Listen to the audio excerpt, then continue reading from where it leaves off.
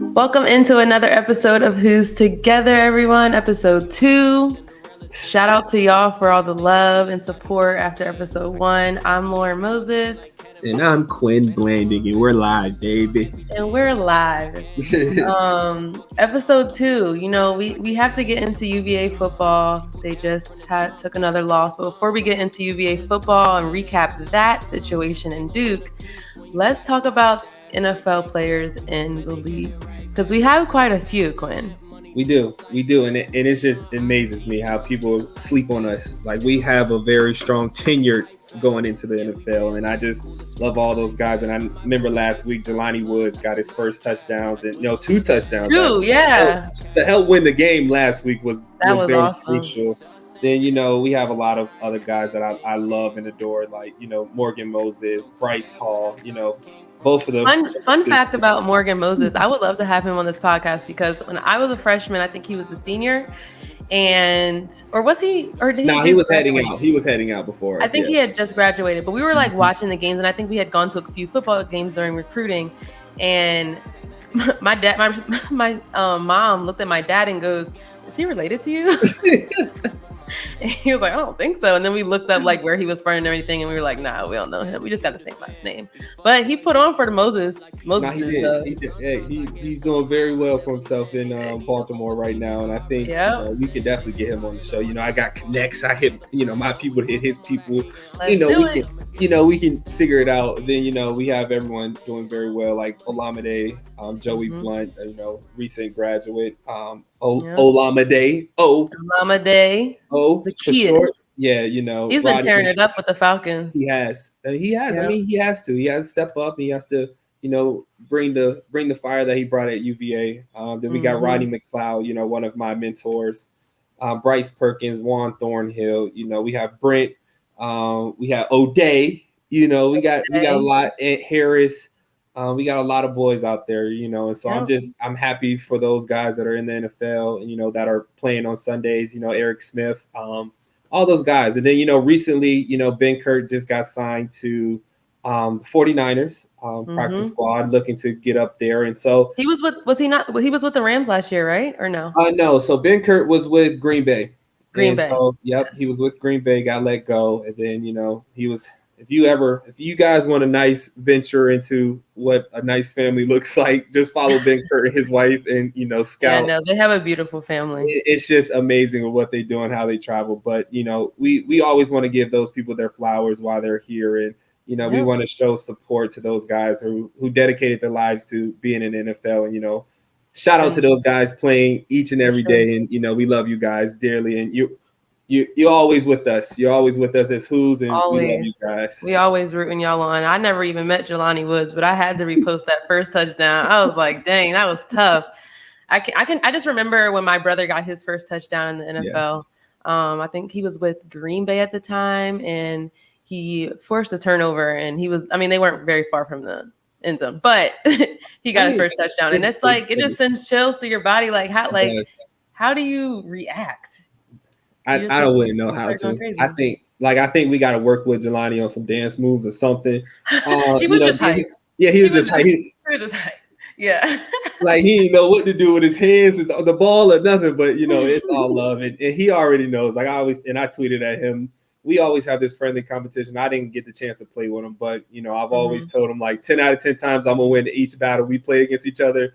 But it was just good to see him play. And then, even though his second one was on Juan, it was a great ball. Juan was in great position, but, he just happened to catch the ball. He's very strong, but it's little UVA love, it's all good, but, I'm happy. They never hurt nobody. It ain't, tough love. That's all it is. Well, we're going to have to give some tough love to your boys because they took a loss. I got my hoodie on. I'm not Quin. I'm hoodie Q right now while we do this segment. Quin had to put his hoodie on just to get into this, but we have to talk about it because they still have not had a game. UVA football has still not had a game where offense, defense, and their special teams have been able to get it together and been clicking at the same time. You talked about it last week that you wanted to see offense step it up and special teams step it up. Yeah. Who did what in this Duke game? I mean, it wasn't enough, but like, yeah. I think honestly, I don't think we did enough on either side of the ball. On any side of the ball, any special teams. I think we came out as a team just flat. Like, I don't think we had any energy. Like, I think Duke won the game from the start of the kickoff, where if you watch them play, they played with so much energy. I don't even know where that energy came from, but they played with so much more energy than us from the first kickoff to the last whistle played. And so I don't think we did. I mean, we had glimpses of things went right. I mean, yes, we scored finally going into half, but it wasn't enough. And then you can see glimpses. We're not. And you can see the glimpses of us, starting to shine on offense. And then we get stopped and tailored back. And then something happens.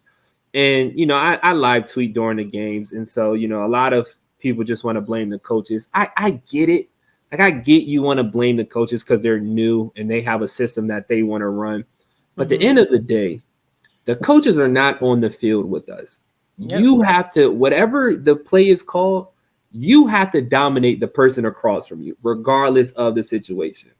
So we have to go back to that mentality of we're going to win no matter what this call is. Like, Duke dictated us to play their game. We didn't play our game. And so that just was horrible to me. And I think just looking at that game again, is just we need to be better on all phases of the field, and we have to come with energy. Like, it's times where, like, we'll go to opponents' like stadiums, and the camera will be on us because we're so hype on the sideline. We're dancing, we're having fun, we're throwing towels, we're throwing water. I haven't yet seen that yet this year. I barely seen it last year. Like, I'm starting to notice a trend, but it's like we have the same players. We have everything we need. It's just, we have new coaches, new systems. Cool. We have the same players. We need to do better overall. Like, when you can't get it going on the field, I guess it's like you're not really going to want to do all that on the sideline. You're trying to be locked in. But Coach Elliott, he said something after the game that I want to ask you about. He said, we're not playing smart football. We're not playing complementary football. We're struggling when the bullets start flying to just come together as a team, hunker down, battle for each other. Who is this UVA football team? Like, what are they known for? Or what are they putting out that this is what we do at this point? At this rate. And I love what he said in that message, honestly. And he took it as a head coach. He took it on him. He said, it's my fault. I got to prepare these guys better. I have to do better. And right then and there, like, you showing he has a leadership ability to do that. And the players are responding, but I don't think they're responding well enough yet. Like, I know he coaches hard. You can see him on the sideline when he's snapping at these kids, like, and they zoom in on him purposely to show that. And I hate that they do that, but they do it. And I love seeing it because it's like, he's playing with passion. He's playing with heart. Like, it doesn't matter what the call is. You need to go out there and execute at a high level. No matter if you're on special teams, you're on offense, you're on defense, you're on the sideline. Like, you have to bring the energy. You have to be willing to fight for the one next to you, no matter what. And then it just goes back to these dumb penalties we're getting. Like, we might be inflicted wounds. Like, we might been the most penalized team, I swear, that I ever seen us be in a long time. Is that discipline? What is that? I don't know. I honestly don't know. And I just think it's dumb. Like, I get it. Like, personally, if you're on defense, I feel like you're allowed 1 15-yarder. You got to set the tone. Like, I feel like you have to set the tone. 1 15-yarder, I can live with. As a coach, I can live with. But now we're getting 2 to 3 to 4. Like, come on. Like, I get it. Like, if it's in the rules, play hard to the whistle. But now we got people punching people after the play. Like, come on. Like, we can't do much with that. But it's only going to come down to, and I was thinking about this earlier because I feel like I knew you were going to ask me something similar. And I thought about it. I was like, I remember when our first year, we came in 2014. I remember there was a time where Henry Coley told the coaches to leave out. We had a player-only meeting. I love that. I remember him cussing us out, but it was just like, if everyone knows Henry, he doesn't really cuss, but it's like he talks from passion. And when he spoke to us, it was like, we got to fight for each other. Like, no matter what these coaches are doing, Like, we got to be the ones to fight at the end of the day. Like, forget the coaches, forget the system, forget anything that's going on. We got to come together as a team to play for each other. And I don't think right now we're playing for each other. No. Like, I think it's a lot of just individuals going out right now, which I understand, because you're trying to still adapt and to trust the new coach, but the team is the same. Like, you guys have to come together. We have to be a team, and no matter what, we have to dominate the other team, no matter what. At the end of the day, I feel like when I remember watching you guys play, you guys would get in lulls in the season and, you know, lose back-to-back games, whatever the case may be. It always started with one person on each team, like one person on offense, one person on defense, maybe a special teams player. And they were the ones that started getting it going. And I feel like it got you guys all together and motivated y'all to do that. Who are those 2-3 people that need to just come out guns blazing, consistent, and hyping everybody up on the field? So I think, honestly, it starts with our offense. I mean, it starts with our quarterback. It starts with BA. Honestly, it has to start with BA. I think right now, you know, you can see sometimes he has confidence, then he loses his confidence because, like, things aren't going the right way. But it has to start with him. Like, no matter what, it has to start with BA. I love our running back. I see the fight that he brings. I see, you know, the dogs that our running backs are playing with. I see that, but it has to start with our quarterback. And then it has to start with our receivers. You know, we have Lavelle Davis, we have KT, we have Wicks, we have Billy. We have all those receivers that I feel like they play a big part in that offense. And so I know it's hard, you know, with BA, you know, how he's playing right now. He's not playing bad, but I would love to see him do a lot better than what he's doing. And then I would love to see our receivers do a lot better as well and bring that fire and that passion that I'm used to seeing from them. Yeah. And I think those guys have to step up on offense. But now when we get to defense, Nick Jackson has to be a great leader, which he is, but he just has to continue to bring the fire out of these people. Like, we have to get our D-line fired up. Like, you know, Famuyi's always punching somebody. I get it. He's a very physical guy, but he has to stop that. You know, Ben Smiley has to stop that. I know they're playing with passion, but it comes to, you know, just play within the rules, play within, you know, that yardage space that you have. And then in the back end, we have to have our safeties and our corners just communicate no matter what and just really be dogs. Like, and I know it's crazy, like, and a lot of people can say, like, I remember watching some play versus Pitt my last year, and the lady, I forgot her name, was talking, and she was just like, she can hear me saying, like, on the sideline, like, we got to be dogs. Like, no matter what, we have to be dogs. Like, I don't care what the offense does. I don't care what special teams does. As a defense, you have to be dogs. Like, and she was like, yeah. And then the next play, I called a pick and called it the blending effect. So it's like, that's what we have to do. We have to be dogs no matter what. Like, we just have to play football and let loose. Like, I don't think we're letting loose. I think we're playing like robots. We're trying to just fit in a system where we really, honestly, truly just need to be dogs. So I don't think it's 2 to 3 people that has to step up and be that leader. I think it's everyone that has to step up and really just truly put their best foot forward and really, truly be a dog like I know they are. And then after that, we can write our own history. Like, because even then, we went 2-10 Broncos first year, 2-10. But if you watch us play, it was tough nose football. We played hard to every single whistle, every single zero on that clock. We played hard.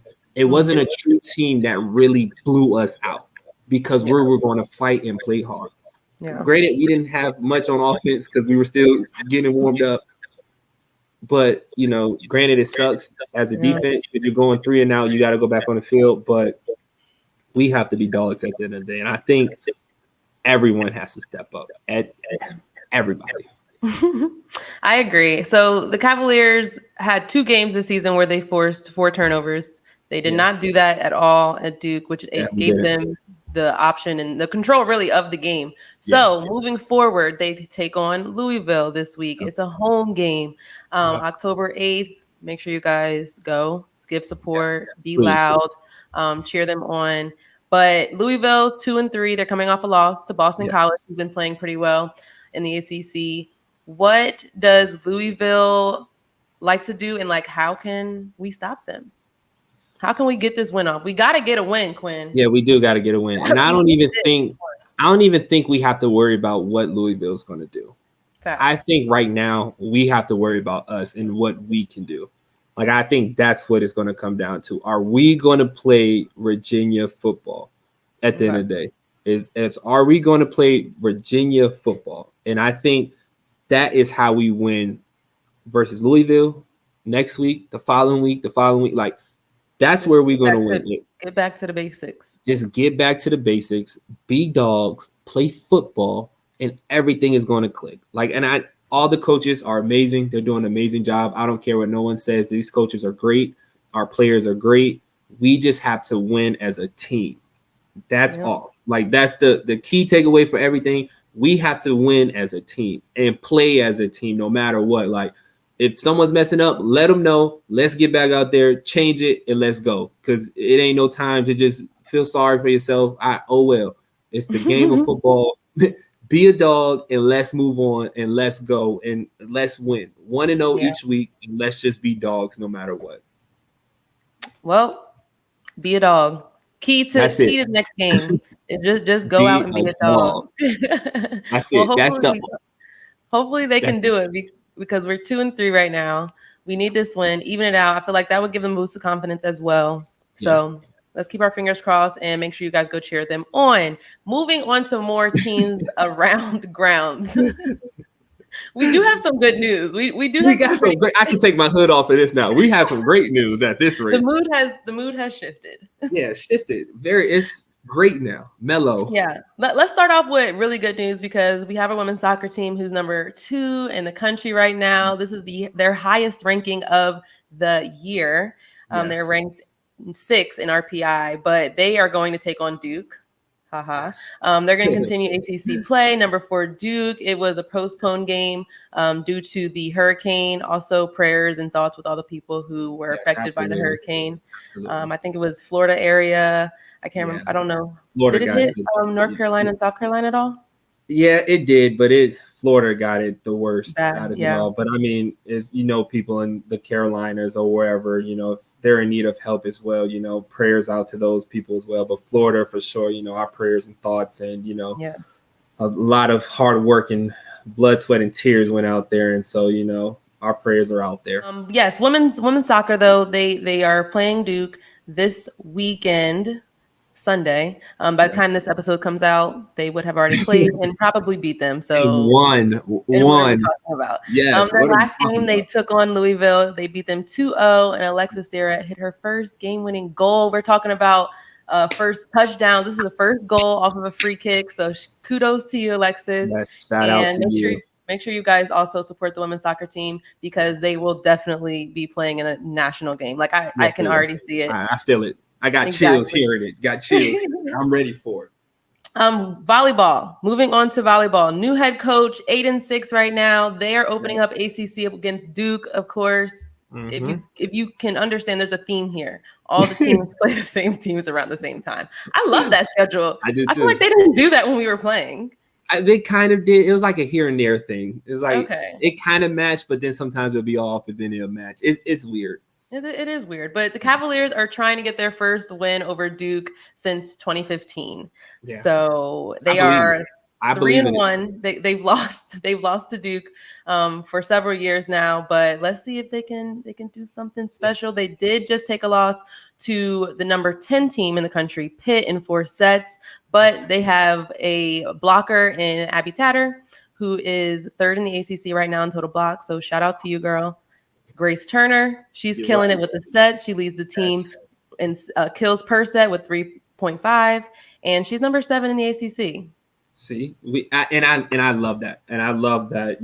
Yes, we haven't beat Duke in a while, with volleyball, but I think this is our time. I think we got the right coach in there, and she's doing phenomenal. 8-6, like open up into ACC play. I think that's phenomenal, and so I think they're only going to grow from here, and it's only going to get better. And I think they win this week versus Duke. And I love it. And I can't wait to see, them dancing and having fun on the volleyball court.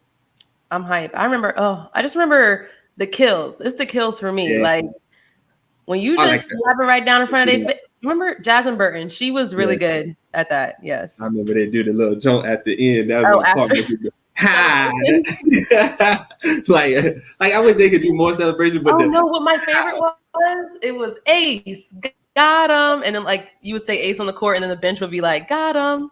Oh, you didn't go I did, but I mean, it was all right when we went, you know what I mean? They were playing tough teams when I went, so it was like kind of hard sometimes.